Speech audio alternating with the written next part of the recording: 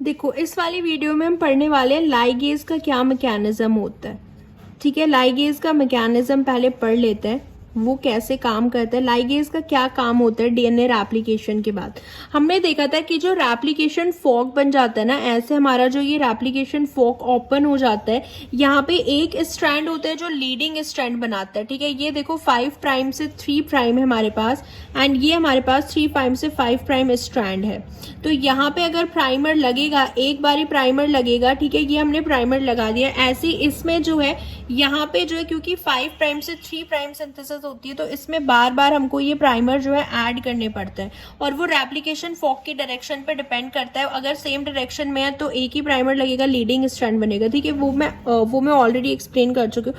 Suppose करो ये हमारे प्राइमर लग चुके हैं, एंड हमारा जो डीएनए का स्ट्रैंड है, तो ये हमारा जो है लीडिंग स्ट्रैंड बन गया है। ठीक है, एंड ये हमारे जो है लैगिंग स्ट्रैंड बन गया है। तो ये प्राइमर का 5 प्राइम होगा, एंड ये इस डायरेक्शन में होंगे, 5 प्राइम टू 3 प्राइम सिंथेसिस होती है। ठीक है, ये क्या बन रहे हैं, हमारे स्ट्रैंड बन रहे हैं। तो जब ये लाइगेज का काम क्या होता है ना, देखो प्रोकैरियोट्स में जब हम बात करते हैं, तो जो हमारा डीएनए पॉलीमरेज 1 होता है ना, डीएनए पॉल 1 जो होता है, इसके 2 काम होते हैं। डीएनए पॉल 1 क्या करता है, ये जो प्राइमर होते हैं इनको रिमूव करता है, क्योंकि हमें पता है कि डीएनए पॉल 1 के पास तीनों एक्टिविटी होती है। प्राइमर रिमूवल एक्टिविटी कौन सी होती है, हमने पढ़ी थी ना, 5 प्राइम टू 3 प्राइम जो एक्सोन्यूक्लियस एक्टिविटी होती है, वो होती है primer removal activity. So DNA Paul 1 एक तो प्राइमर रिमूव करता है, डीएनए पॉल 1, ठीक है, और एक और काम ये करता है डीएनए पॉलीमरेज 1, ये गैप को फिल भी कर देता है, गैप फिलिंग भी करता है। ठीक है, वो कैसे करता है, देखो ये क्या करेगा, इन प्राइमर्स को रिमूव कर देगा। तो यहाँ से जो प्राइमर्स होते हैं ना, इनको आप रिमूव कर दो। सपोज करो ये यहाँ से इसने क्या किया, डीएनए पॉल ने ये जो प्राइमर्स थे, ये सारे प्राइमर यहाँ से बीच में से रिमूव कर दिए। उसके बाद इन प्राइमर को रिमूव करने के बाद, क्योंकि न्यूक्लियोटाइड के जो 3 प्राइम साइड होती है ना, ये क्या करेगा, 3 प्राइम साइड को यूज करके, 3 प्राइम OH को यूज करके यहाँ पे ये इनकी गैप्स भी फिल कर देता है। ठीक है, मतलब न्यूक्लियोटाइड की सिंथेसिस कर देता है, गैप्स भी फिल करने लग जाता है डीएनए पॉल 1। तो गैप फिलिंग भी करता है, प्राइमर रिमूवल भी करता है।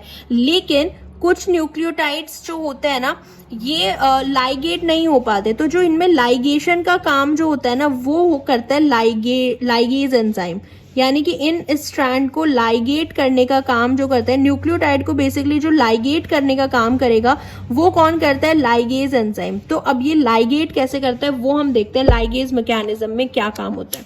तो समझ में आया ना कि डीएनए पॉल 1 जो होता है, ये प्राइमर्स को रिमूव करता है, गैप्स को फिल करता है। प्रोकैरियोट्स में सबसे ज्यादा इंपॉर्टेंट होता है, ये याद रखना कि प्रोकैरियोट्स में कौन कर रहा है गैप फिलिंग और प्राइमर रिमूवल, डीएनए पॉलीमरेज 1 ही करता है। और लाइगेट कौन करता है, लाइगेज। लाइगेज जो होता है ना, ये दोनों में होता है, प्रोकैरियोट्स में भी लाइगेज होता है, वो भी लाइगेट करना, क्योंकि दोनों में लाइगेशन जरूरी है। तो प्रोकैरियोट्स में भी होता है, यूकैरियोट्स में भी होता है, बस थोड़ा बहुत इनमें डिफरेंस होता है, वो हम देखते हैं लाइगेज मैकेनिज्म में। सपोज करो जैसे लाइगेज का जो एंजाइम है, लाइगेज के एंजाइम के पास क्या होता है ना, लाइजीन अमाइनो एसिड होता है। ये देख लो, ये आपके पास क्या है, एक लाइजीन का अमाइनो एसिड है। अगर अमाइनो एसिड का स्ट्रक्चर याद है तो पता होगा कि लाइजीन के अमाइनो एसिड के पास ये एप्सिनॉल अमाइनो ग्रुप होता है, उसकी जो R ग्रुप होती है ना अमाइनो एसिड का, उसमें ये एप्सिनॉल अमाइनो ग्रुप प्रेजेंट होता है लाइजीन के अमाइनो एसिड पे। सो लाइगेज के अंदर लाइजीन अमाइनो एसिड होता है, क्योंकि लाइगेज एक प्रोटीन ही तो है, एंजाइम ही तो है, बेसिकली पॉलीपेप्टाइड का ही मिलके बना हुआ है, एंड पॉलीपेप्टाइड जो होते हैं वो अमाइनो एसिड के मिलके बने हुए होते हैं। सो लाइगेज के अंदर जो है, जो लाइजीन अमाइनो एसिड होता है, उसके पास ये एप्सिनॉल अमाइनो ग्रुप होता है। ठीक है, अब देखो यहाँ पे ना एक चीज याद रखना कि प्रोकैरियोट एंड यूकैरियोट का एक डिफरेंस आ जाता है, कि प्रोकैरियोट्स में भी क्या होते हैं एंड यूकैरियोट्स भी क्या होते हैं। दोनों से हमको क्या चाहिए, एएमपी चाहिए, इसको एएमपी चाहिए होता है लाइगेज को। ठीक है, क्योंकि जो इसको ना, ये रिएक्शन कराने के लिए दो न्यूक्लियोटाइड के बीच में जो ये फॉस्फोडाइस्टर बॉन्ड बनाएगा लाइगेज, ये कैसे बनाता है, इसको एनर्जी चाहिए। एंड प्रोकैरियोट्स में जो इसको एनर्जी देता है ना, वो होता है हमारे पास NAD+, प्रोकैरियोट्स, एंड यूकैरियोट्स में ATP देता है। सो ये क्या करते हैं ना, NAD+ और ATP दोनों जो है AMP प्रोवाइड कराते हैं, AMP डोनर होते हैं। तो अगर पूछा जाए कि प्रोकैरियोट्स में AMP का डोनर कौन होता है लाइगेज मैकेनिज्म में, होता है NAD+ प्रोकैरियोट्स में। यूकैरियोट्स में ATP डोनेट करता है AMP। बेसिकली एक एनर्जी इसको चाहिए ये रिएक्शन कराने के लिए। तो ये जो AMP होता है ना, ये इस एंजाइम के पास जो एप्सिनॉल अमाइनो ग्रुप होता है ना, इसके साथ ये AMP जो है अटैच हो जाता है, इसके साथ ये AMP बाइंड कर लेता है, ठीक है, इस एप्सिनॉल अमाइनो ग्रुप के साथ। उसके बाद ये जो एंजाइम होता है ना, इस AMP को क्या करता है, न्यूक्लियोटाइड जो हमारे पास होता है ना, उसके 5' फॉस्फेट पे ट्रांसफर कर देता है इस AMP को। देखो, अगर कोई भी DNA का स्ट्रैंड है, दो न्यूक्लियोटाइड के बीच में हमें क्या करना है कि मान लो यहाँ पे एक न्यूक्लियोटाइड है, यहाँ पे एक न्यूक्लियोटाइड है, इनके बीच में हमको इनको लाइगेट करना है।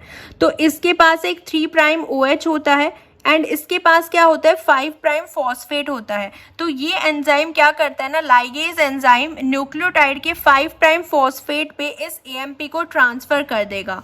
तो जैसे ही इस 5' फॉस्फेट पे क्या आ जाता है, ये AMP आ जाता है, ठीक है। यहाँ पे हम इसको ऐसे दिखा रहे हैं कि इस 5' फॉस्फेट पे क्या आ जाता है, AMP आ जाता है। AMP आया कहाँ से, NAD+ से। NAD+ ने AMP कहाँ दिया है, लाइगेज के एप्सिनॉल अमाइनो ग्रुप को AMP दिया है। एंड देन AMP जो है न्यूक्लियोटाइड, जो हमारा DNA का स्ट्रैंड हमको लाइगेट करना है, उसके न्यूक्लियोटाइड के 5' फॉस्फेट पे हम AMP को क्या कर देते हैं, ट्रांसफर हो जाता है AMP। उसके बाद क्या होता है, ये जो AMP होता है ना, ये यहाँ से क्या हो जाता है, डिस्प्लेस हो जाता है। 3' OH ग्रुप इस AMP को डिस्प्लेस कर देगा एंड हमारा फोस्फोडाइस्टर बॉन्ड बन जाता है बेसिकली।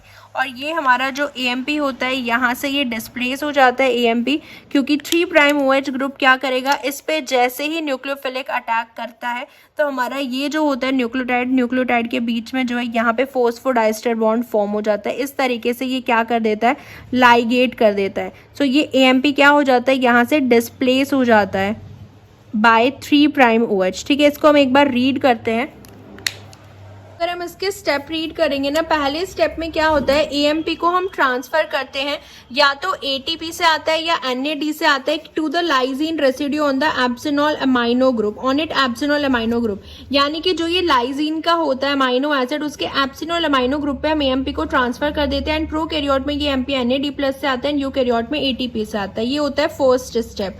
तो ये जो एंजाइम की एक्टिव साइट में होती है ना, ये क्या बना लेती है, फोस्फोएमाइड एडक्ट बना लेती है। तो इस पूरे को हम बोलते हैं फोस्फोएमाइड एडक्ट बन जाता है जब ये AMP आके इससे अटैच होता है। सो ठीक है। और ये जो प्रोसेस हो रहा है भाई, यहाँ पे कोई DNA का रोल नहीं आया है। स्टेप 2 होता है, अब ये जो एंजाइम होता है ना, ये बाइंड करता है DNA से जहाँ पे स्ट्रैंड ब्रेक हुआ है। तो जहाँ पे ये स्ट्रैंड ब्रेक हुआ है, ये एंजाइम जो है उस साइड पे जाके बाइंड करेगा। यहाँ पूरे पे ये लाइगेज एंजाइम बाइंड कर जाएगा जहाँ से ये स्ट्रैंड ब्रेक है। उसके बाद क्या करेगा, इस AMP को 5' फॉस्फेट पे ट्रांसफर कर देते हैं, जिसकी वजह से 5' फॉस्फेट एक्टिव हो जाता है न्यूक्लियोफिलिक अटैक के लिए। वही है कि 5' फॉस्फेट पे फिर इस AMP को ट्रांसफर कर दो एंड उसके बाद ये जो AMP है वो डिस्प्लेस हो जाएगा एंड हमारे दो न्यूक्लियोटाइड के बीच में फोस्फोडाइस्टर बॉन्ड जो है वो फॉर्म हो जाता है। तो इस तरीके से ये होता है लाइगेज का मैकेनिज्म हम स्टडी करते हैं, ठीक है। ये हमने प्रोकैरियोट्स के अंदर देख लिया है।